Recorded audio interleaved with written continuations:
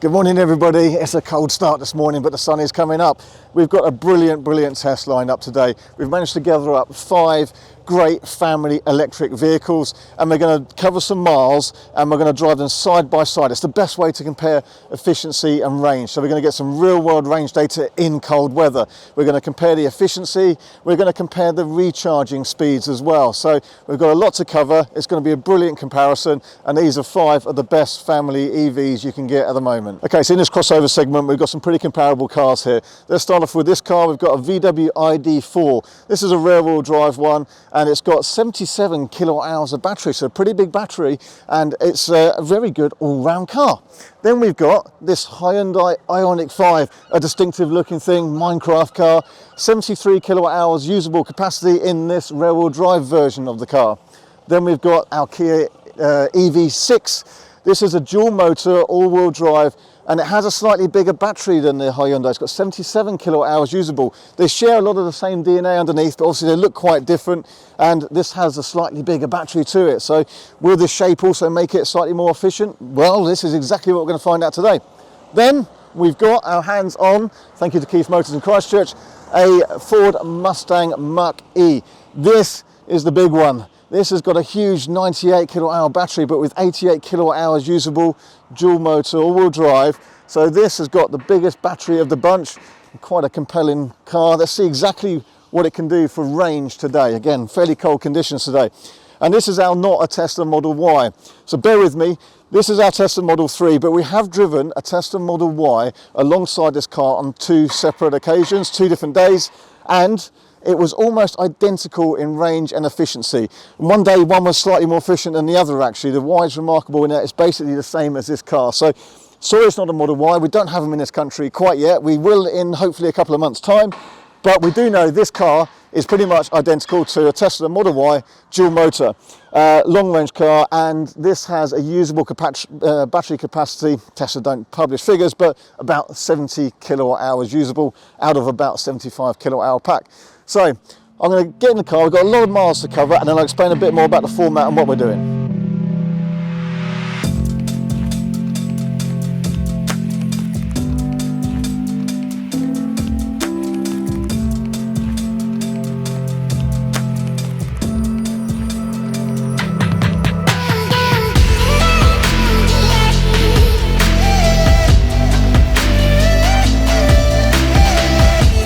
Okay, so let's explain what's happening. We've got a lot of miles to cover today, so we'll jump straight in the car and explain the plan. We're leaving our showroom here in New Milton on the south coast, and it's a fairly chilly morning, 4 degrees Celsius. Remember, the cold weather does affect electric cars. They have to warm batteries, have to warm the cabin. But we're going to drive from here to a place called GridServe Electric Forecourt in Braintree in Essex, which is about 175 miles away. And I want to try and do as many miles as possible before we charge up. So there are a couple of route options I can deviate on to just add a few more miles and try and do more like 200 if possible. But we need to see how we go for time and ultimately the state of charge of the cars. We're going to be driving in convoy at the same speed on the same roads at the same time, doing exactly the same route. And that way we can gather exact comparisons between these cars and how efficient they are and how efficiently they can operate, and with this weather heat the cabin up. Now some of the cars have heat pumps, some don't, and we'll see what differences there are there and what the real world range is going to be for each one of these. So me and Gints are starting off in this Ford Mustang, which is actually quite nice inside here, isn't it, Gints? It's all right. Very good, yeah. And so we'll be in this car driving up there, and we'll keep everyone in convoy. We can use eco driving modes when we're just cruising along the motorway, may as well, but heating on, radio on, remaining comfortable, and real world driving, not driving for efficiency, driving just normally, albeit if you're on the motorway sticking at 70, you may as well just use eco mode. What we'll do then is recharge the cars, and I want to measure 2 different aspects of this. I want to measure how long it takes to charge enough as if we were just driving straight back, which we will need to. So that would give us a measure, to symbolize a kind of 350, 400 mile day. And we can also measure how long it takes for each car to recharge what it's used back to 90%. And I'll say the first measure because that's kind of a bit more real world. You're going to drive for, you know, nearly 200 miles, 3 or 4 hours of driving, then recharge enough to get home is what you'd normally do. But that's why we're going to measure both of those. We can see what each car's used and recharge enough to get back, plus another measurement to 90%. So that's the plan. Stick with us, and this should be a really good comparative test. So I mentioned there about heat pumps. What's a heat pump? Well, some electric cars have got a heat pump, which is a way to sort of scavenge heat and is a much more efficient way to heat the cabin. Don't ask me the technical details, it's way beyond me, but if you have a heat pump, it makes the car a bit more efficient in cold weather. That's as far as I know. And to be honest, I've never noticed vast differences until quite recently. Actually, we did a comparison with 2 Teslas driving around Wales, and actually the car with the heat pump was significantly more efficient. So it does make a difference. And out of these cars that we're driving today, there's only 2 cars that have a heat pump. The Tesla Model 3, the heat pump became standard on them on the newer cars. So the newer cars have heat pump, and the Model Ys will have heat pump. And the Kia EV6 has a heat pump. Again, has to be specified, and I think it's optional on the other cars, whether you have it or not. It can be an expensive option, maybe £1,000. Whether you have it or not, well, this test might help you decide.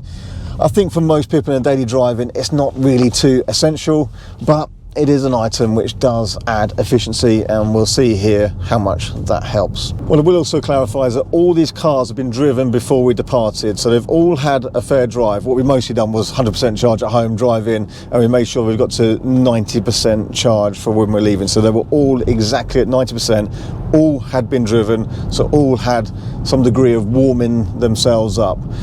So they weren't plugged in with preheat, but they'd been pre-driven. What you'd normally do at home is preheat it before you leave. That's a function on most electric cars. So not only does it defrost the windscreen and warm the cabin, it can also preheat the battery.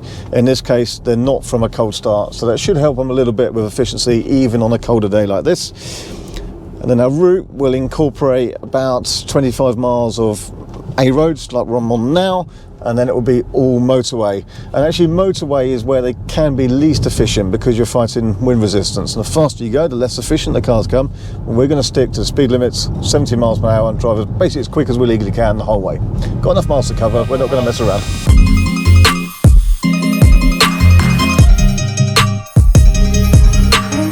Okay guys, we're on the M25 and we're actually moving. In fact, I was slightly over the speed limit there. There we go. Right, I've got 56% of the battery remaining. What have you got, Igor, in the VW ID4? 3%. 3%. You got 3%? Okay.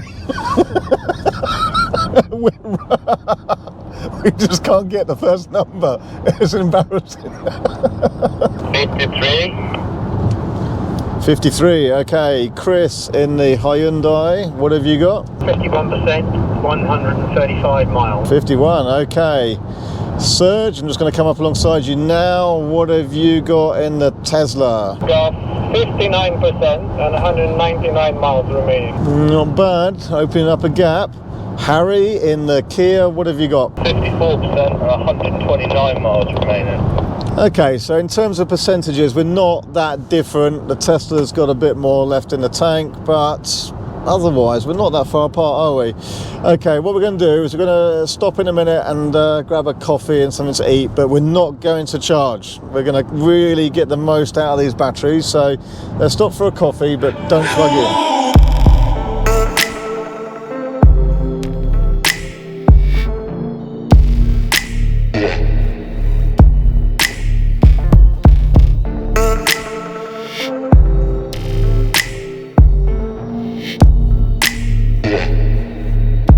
Okay, we've done just over 112 miles now, and I need to stop for a toilet and have a coffee. We're not going to charge, but I want to run these cars right down, but we do need to stop anyway. After the 112 miles in the Ford Mustang, I'm stopping and I've got 42% left. So let's see what we've got in the other ones. I'll go round them straight away now. Bear with me. Okay, let's start off with Kia. What have we got? What's the percentage left? 40%. Okay. Hyundai. Remember, the Hyundai and Kia are based on the same platform, but the Kia has the bigger battery. What have you got, Chris? 38%. 38%. VW ID4, what have you got? 39% on that. So not that different, are they? But let's check in on the Tesla. See if he's got some figure to show us. Come on, Serge, what have you got? I've got 48%. 48%, yeah. So Tesla's obviously more efficient. We've got about 40 minutes now until we get to the chargers. So we're making sure that everybody's got the charger location in their cars. So if cars can and want to do preheating, especially on a cold day like today, some electric cars can do a preheating process. They bring the battery up to a higher temperature so they can take the faster charge. So for any cars that can do that, that should be the case. And in the Kia, we've kept it as efficient as possible by having winter mode off, but we've now turned winter mode on. So what it says in the car is that that will bring the battery up to a higher temperature, which maintaining that when you're driving costs it efficiency. But if we do it now, it will warm up and be warmer for charging. It should charge faster. The Tesla has got its supercharger location in. The Tesla has a supercharger as the destination, so that can preheat. And this site is one we've chosen because it has Tesla superchargers, V3 chargers, and 350 kilowatt CCS chargers for all the other cars. So although it's cold today, all these cars will have the best opportunity they can to charge as fast as they can, and that's what we want to compare, of course. So I want to say a quick big thank you to Keith Motors Ford in Christchurch, just down the road from our showroom, for lending us this Mach-e, and a nice car it is as well. And also to Chris for coming along himself with his own Hyundai there to join us in this video. So thanks guys, really appreciate it. And if everyone watching this can comment and say big thanks as well, that'd be appreciated. 163 miles and we've arrived at the brilliant GridServe electric forecourt in Braintree. Before we plug in the cars, I'm just going to quickly gather the data up, and that will allow us to work out what the real world range of each one of these cars will be today, and how much battery we've used. So before we plug in, let's do that. Look, have a look at the forecourt here. Look, this is what the modern petrol station looks like. And it's brilliant. So you've got loads of pumps, and then there's coffee shops, which we're going to make use of in a minute. So there's two levels of recharging I want to do now. I want to recharge enough for the cars to get back. So we're going to take what they've used to get here, add 10%, so like a buffer, and they've got to charge that level and time that to get back home. But I also want to see if we can carry on the charge to 90% and see which cars can get back to 90% the quickest. So I know there'll be the comments already, people are starting to write other comments now. I know that if I was doing this journey in real life, I'd probably start heading back and then charge up when I'm actually a slightly lower state, and then maybe bunny hop. It would be the ideal faster route. But this is just a test. We're just seeing what this is like in a reasonable real world situation. So, guys, I want you to remember these numbers, okay? I want the Hyundai Ioniq to charge to 87% to get back. I want the Tesla to charge to 72% to get back. The ID4 to 84%, the Kia to 84%, and the Mustang is going to go to 81%. That would be enough charge to get back based on what you've used, plus 10% buffer. Time that, but then I also want to time it to get back to 90%. So how long does it take to replenish what we've used today? Because they're all left with exactly 90%. So let's do that as well. So when you set a stopwatch on your phones when we charge them, okay? Right, let's go and use the chargers then.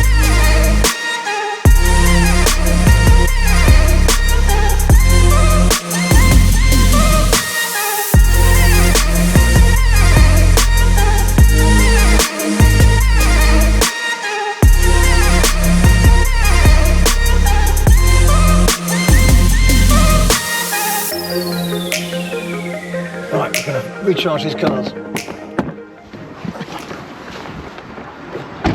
Sort of feel competition edge now.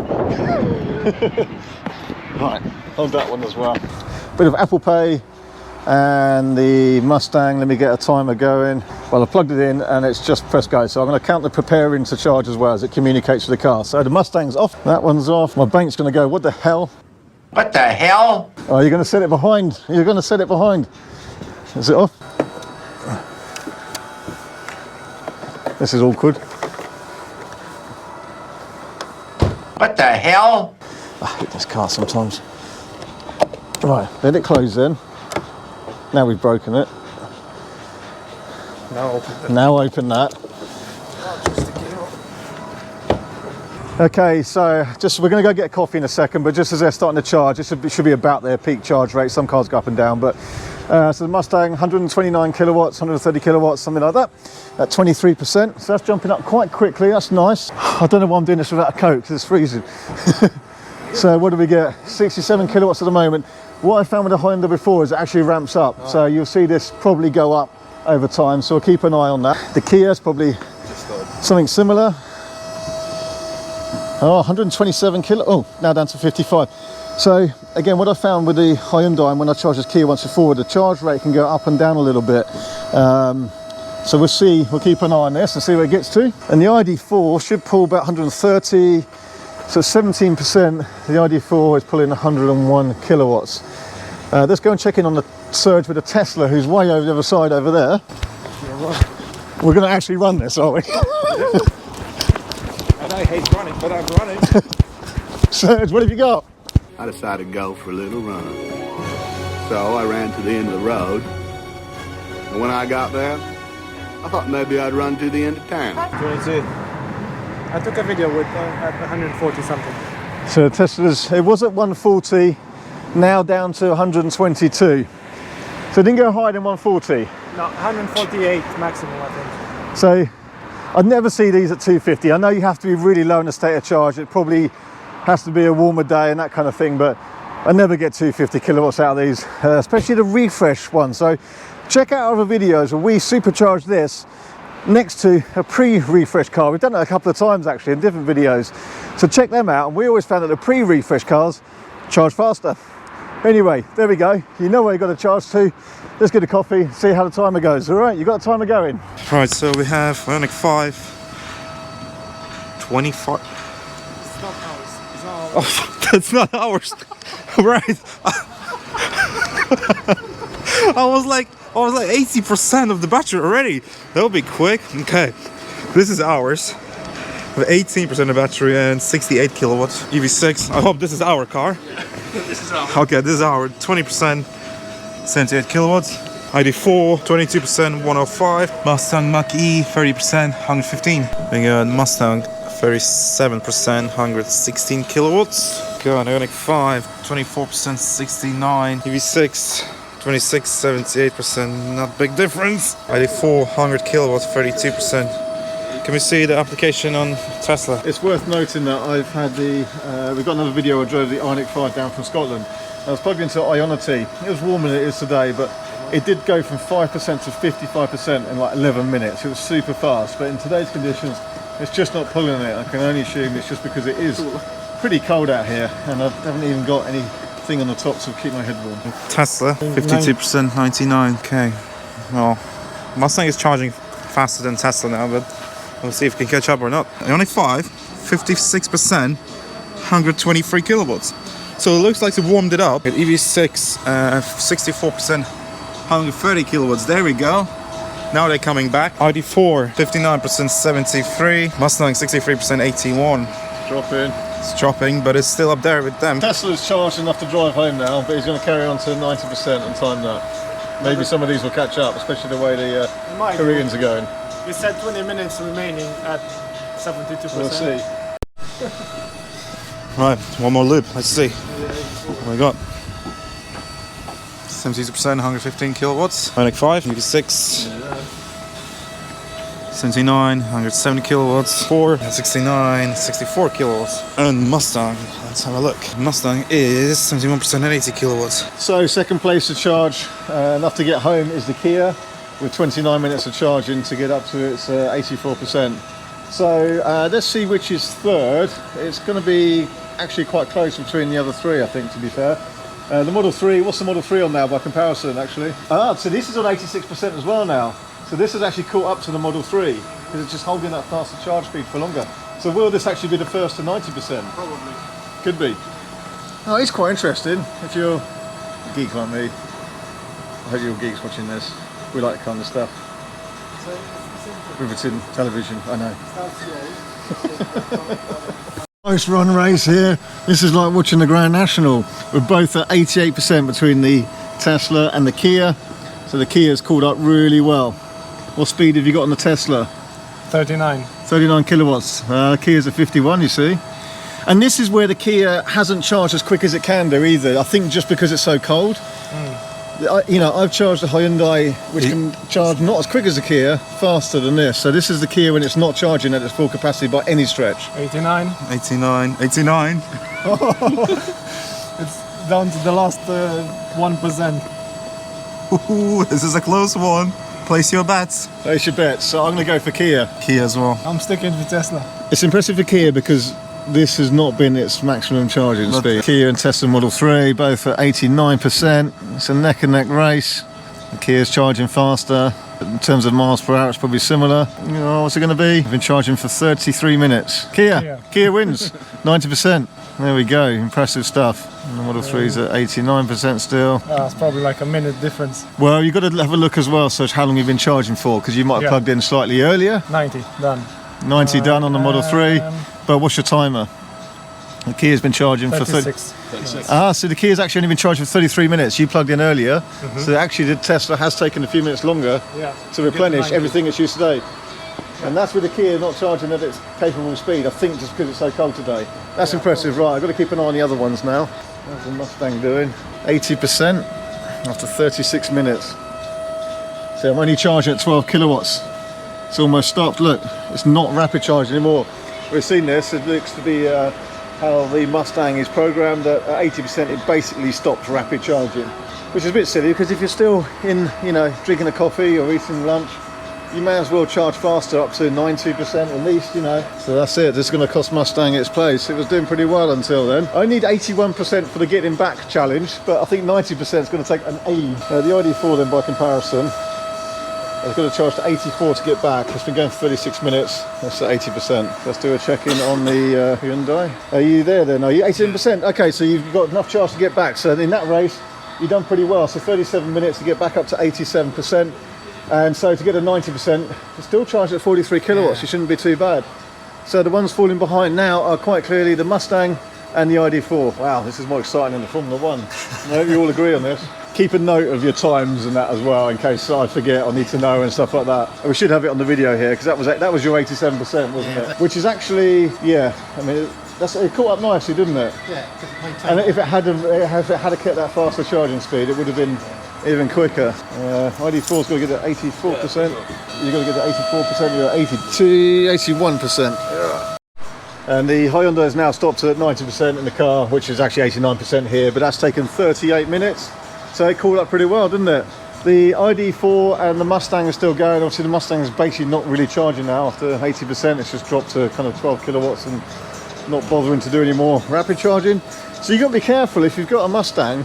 You don't really want to be hogging a 350 kilowatt charger like I am now, pulling 12 kilowatts. If there was other cars here, I'd obviously be moving it, but I'll leave it there for the minute. We'll keep an eye on that. And 40 minutes. The ID4 has just got to its 84%, so enough to drive back with a 10% buffer after 39.5 minutes. So we'll leave that to see how long it takes to get to 90%. So I think after all that, although the Mustang pulled away at the beginning, the Mustang is going to be the charge loser. So whilst the Mustang stopped at 80%, the Kia's at 94%, still pulling 29 kilowatts. So we'll unplug the Kia now. So to get to 94%, it's added 63, nearly 64 kilowatt hours. Still charged at 29, not bad. 40 minutes, but that's enough. We'll unplug this now and pop that up. After 42 minutes, the Mustang's at 81%. Woohoo! After 42 minutes, the Mustang's at 81%, which is enough to now drive back with that 10% buffer. But it's annoying because if I was still eating, I'd want to just carry on fast charging. Or you pull off and then drive back and then stop off on the way back. But maybe I don't want to stop off on the way back. It's just a shame they threw it down. Probably there will be some kind of software update and that'll enable a different charging profile to carry on fast charging beyond 80%. One would like to think they would. It would make sense. It's a good car. We do have enough to get back, but only with a 10% buffer, you see now. So carry on waiting for a minute. Running out of time, running out of daylight. We're all charged up, about to head back. So I'll just quickly summarise a few points then with the cars. But firstly, thank you to GridServe. Excellent facilities as always. So what have we got? Tesla Model 3, i.e. Model Y. I'm going to count it as a Model Y, it was exactly the same. So Tesla Model Y is going to be the most efficient by some way. So great efficiency. It's not, it doesn't hold those headline charge speeds anymore. The other ones can theoretically charge quicker, but superb efficiency. easy for long journeys, and of course ease of charging with the Tesla network, plus use of all the public ones. So the Tesla will always make it easy. Good car. It's all right car, isn't it, Serge? Although it was, to get back to 90%, it was second. The Kia, yeah, really good all-round balance. This car, comfortable car, sharp looks. The Mustang's going off, that's got to get back. But the Kia, this was finished 90% first actually, and came second, getting back to a replenishment of what it used. It could actually be faster. You know, I've charged the Hyundai with the same kind of technology, actually a lot faster. It just wasn't pulling the full rate today, probably because of the cold. But impressive charging speeds nonetheless, and actually capable of more. I think in the right conditions it would have easily overtaken the Tesla and made up for its lacking of efficiency in comparison.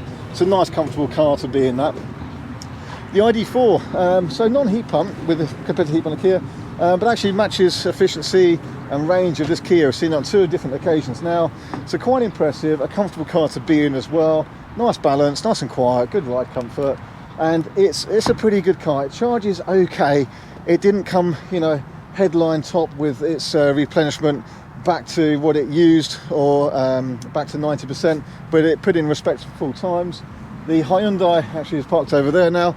That's again a good all-rounder, and it could have done faster. It could have been faster than that. I have charged a Hyundai Ioniq 5 from 5% to 55% in 11 minutes on an Ionity charger, 350 kilowatts. So maybe that's a warmer day, it was just pulling more power. So this, like the Kia, can actually pull faster speeds than the Tesla. However, today, real world, it just didn't do it. So, however, you know, it did get back to its 90% quicker. It sustained that faster charging speed for longer, put in a really respectful time, and actually, it's a really comfortable car to be in. I love the quirky looks of it. You know, it's a bit alternative, it's a bit different, and it's probably the most comfortable car for ride comfort out of this whole group here.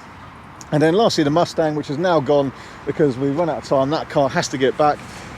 It didn't do too bad, you know. It put in some good charging speed initially, but then 80% it just drops off, which is a bit disappointing. It's a shame it does that, and it's a shame it isn't just that bit more efficient, because it's got a huge battery. I'd love to have seen better efficiency from it. But anyway, I'm going to call it wraps for that. It's going to be getting dark soon. You see the sun's going down over there. But thanks to Gridsir, thanks to Chris, thanks to Keith Motors in Christchurch for the loan of the Ford Mustang for the day. Thanks to my colleagues for a long day out. I hope that's been really useful. We've got to diddle back and go back home now, so we're nearly 200 miles back. No problem at all. Good cars to be in, great cars to do in long distances in a day.